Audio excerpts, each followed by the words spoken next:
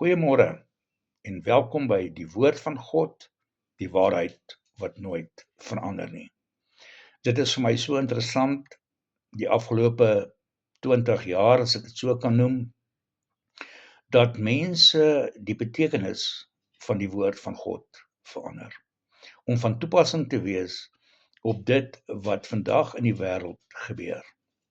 2000 jaar lank het die Bybel dieselfde gebly. Is niks bygevoeg, niks weggevat nie. En tog kom ons vandag en ons verander die betekenis van woorde, verse, gedeeltes om by God of by die mens in te pas. Dit is baie gevaarlik, want daarom wil ek vandag begin en vir u ook sê dat ons moet weet van die verskillende kerke, denominasies, verskillende bewegings wat in die wêreld is, sodat ons kan onderskei tref tussen dit wat reg en verkeerd is. Vandag gaan ek bietjie praat oor die NAR, die Nuwe Apostoliese Reformatie, wat deel van die New Age en Word of Faith beweging is. Dit is 'n New Apostolisme en dit is 'n teologiese geloof en hulle is eintlik 'n baie kontroversiële geloof of beweging wat bestaan.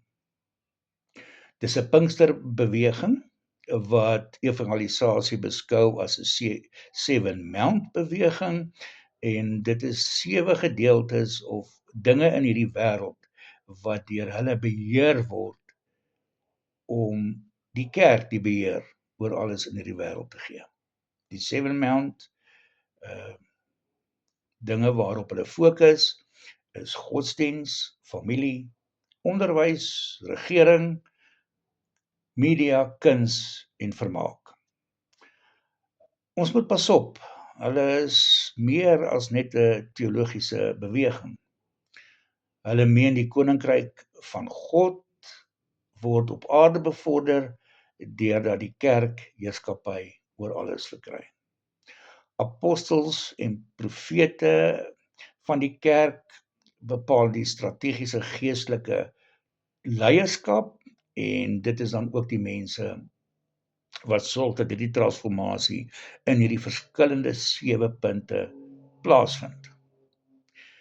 Wat vir my baie interessant is dat hierdie mense ook van die NAR fokus op voorspoedsteologie. Dis vir hulle verskriklik belangrik dat die wat deel van die gemeente is, moet gee. En hoe meer jy gee, hoe meer sal jy ontvang. Dit is waarop hulle fokus. Die finansiële en materialistiese sukses wat jy vandag het. Baie van hierdie mense het ook die opinie dat ons moet glad nie 'n negatiewe denke hê nie, want dit benadeel ons en as ons positiewe denke het, dan sal alles positief plaasvind. Ongelukkig kan ons nie vir God voorwaardes stel as ons vir hom goed wil sê nie. God is in beheer van hierdie wêreld, God is in beheer van elkeen van ons se lewens en daarom moet ek en jy dit vir God gee. Ons moenie mense aanbid nie. Nie die apostel wat daar voor staan of die kastige profeet wat daar voor staan nie. Ons moet God eerste plaas. En dit is wat hierdie mense wil doen.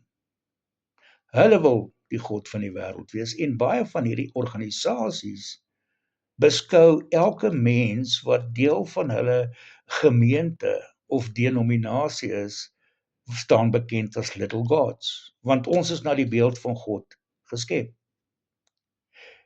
En hoe verskriklik is dit nie, dat duisende mense hierdie seëninge en hierdie sieninge aanvaar en daarvolgens lewe, en eintlik is hulle almal op die verkeerde pad. Hulle keuse wat hulle maak is verkeerd. En dan is dit vir my belangrik dat ons wat deel van hierdie wêreld is, so veranderlike wêreld, tyd met God se woord spandeer, dat ons kan onderskeid maak teen wie en wat hierdie mense is, tussen wat reg en wat verkeerd is. Volgende week gaan ek meer uitbrei oor die nuwe apostoliese reformatie, die New Age en dan die Word of Faith.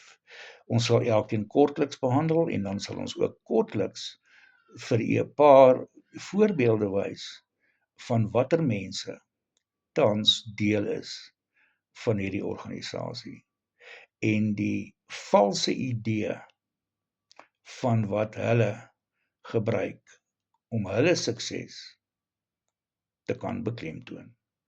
U sal ook sien volgende week dat hierdie nar profete en apostels biljonêers is en verskriklik baie geld het. En ons sal vir u wys hoe dit na hulle kant toe kom. Mag u hierdie week geseënd wees en dan sal ons volgende week weer praat. Lekker naweek en geniet die rugby.